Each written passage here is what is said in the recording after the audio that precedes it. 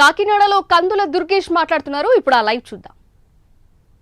ఈ సభను ఉపయోగిస్తున్నారనేటువంటి మాటను కూడా ఈ సందర్భంగా మనవి చేస్తున్నాను. ఇక్కడ మనకి శ్రీ పవన్ కళ్యాణ్ గారు స్పష్టమైనటువంటి దిశానిర్దేశం చేస్తారు. రాబోయే రోజుల్లో మనం చేపట్టాల్సినటువంటి కార్యక్రమాల గురించి చెప్తారు.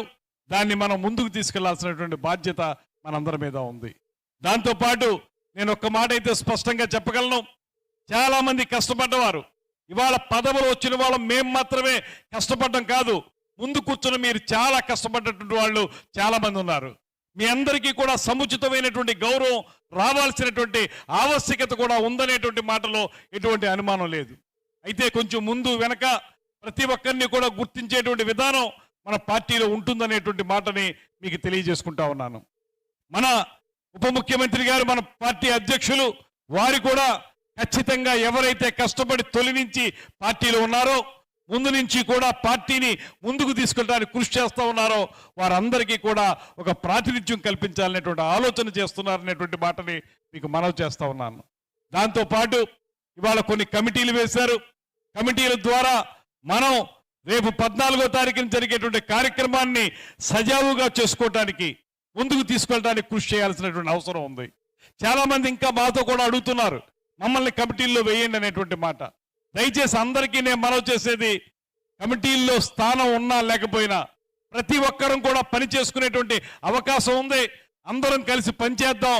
ఇది మన పార్టీ, మనందరి పార్టీ, మన నాయకుడు శ్రీ పవన్ కళ్యాణ్ గారి నేతృత్వంలో దీన్ని దిగ్విజయంగా నడపాల్సినటువంటి అవసరం ఉందనేటువంటి మాటని గుర్తించాలనేటువంటి విషయాన్ని మీకు మనవి చేసుకుంటూ, ఇవాళ రాష్ట్రంలో పరిపాలన కూడా చూడండి, ఇంకా అద్భుతంగా సాగుతుంది.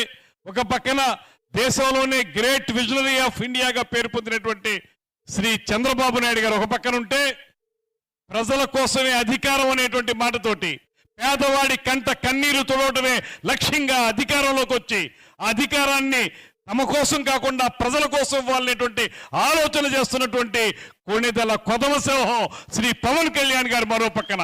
వీరిద్దరికీ పైన నరేంద్ర మోడీ గారు ఈ రాష్ట్రానికి చేస్తున్నటువంటి సహకారం, ఇవన్నీ కలగలిపి ఇవాళ అద్భుతమైనటువంటి పరిపాలన అందించడానికి ఈ ప్రభుత్వం సిద్ధంగా ఉంది.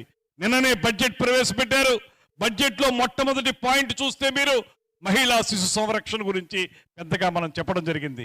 మహిళల రక్షణ గురించి కానీ, చిన్నపిల్లల రక్షణ గురించి కానీ మనం చేసినటువంటి కార్యక్రమాలు.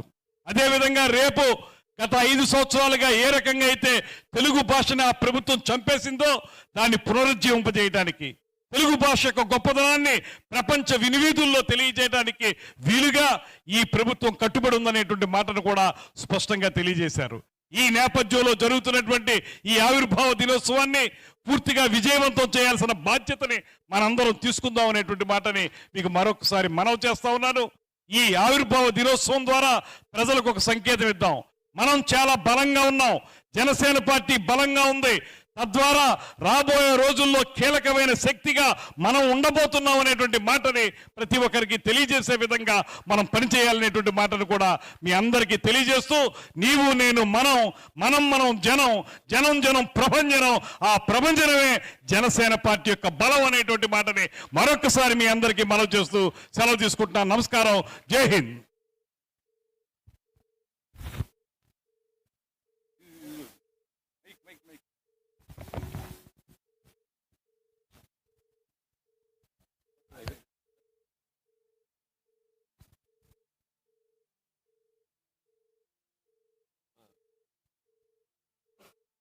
శాసనసభ్యులు నాయకర్ గారిని మాట్లాడవలసిన వారు.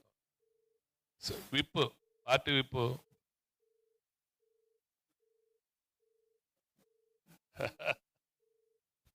ప్రభుత్వ విప్.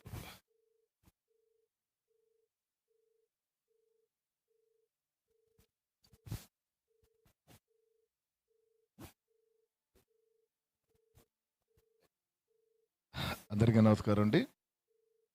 ఈ కార్యక్రమానికి చేసినటువంటి జనసేన పార్టీ కుటుంబ సభ్యులందరికీ కూడా పేరు పేరున హృదయపూర్వక వందనాలు తెలియజేసుకుంటున్నా. మరి ఈ కార్యక్రమానికి చేసినటువంటి పెద్దలు గౌరవనీయులు మనోహర్ గారికి, అదేవిధంగా పెద్దలు గౌరవనీయులు దుర్గేష్ గారికి, ఎంపీ గారికి, మరి వేదిక కలిగించినటువంటి తోటి శాసనసభ్యులు, ఎంపీలు, అదేవిధంగా చైర్మన్స్గా ఉన్నటువంటి ప్రతి ఒక్కరికి కూడా జనసేన పార్టీ కార్యకర్తలందరికీ కూడా హృదయపూర్వక ధన్యవాదాలు తెలియజేసుకుంటూ జనసేన పార్టీ 2014లో పవన్ కళ్యాణ్ గారు ఒక మార్పు తీసుకురావాలన్న ఆలోచనతో ఆ రోజు పార్టీ స్థాపించడం చూసాం మనం. మరి 2024 ఎలక్షన్స్లో మరి జనసేన పార్టీ నుంచి 100% స్ట్రైక్ రేట్తో మన 21 సీట్లు తీసుకుంటే అన్ని గెలవడం, మరి ఎంపీ కూడా 2 సీట్లు కూడా గెలవడం జరిగింది. అంటే ఇది ఎక్కడా కూడా జరగని సంఘటన ఇది. అంటే ఇది పవన్ కళ్యాణ్ గారి వల్ల మరి మన ఆంధ్ర రాష్ట్రానికి కూడా రాబోయే రోజుల్లో మరి 5 సంవత్సరాలు పూర్తిగా ప్రజల పక్షాన మరి గౌరవ ముఖ్యమంత్రి చంద్రబాబు నాయుడు నాయకత్వంలో, మరి పవన్ కళ్యాణ్ గారి నాయకత్వంలో మన ఆంధ్ర రాష్ట్రానికి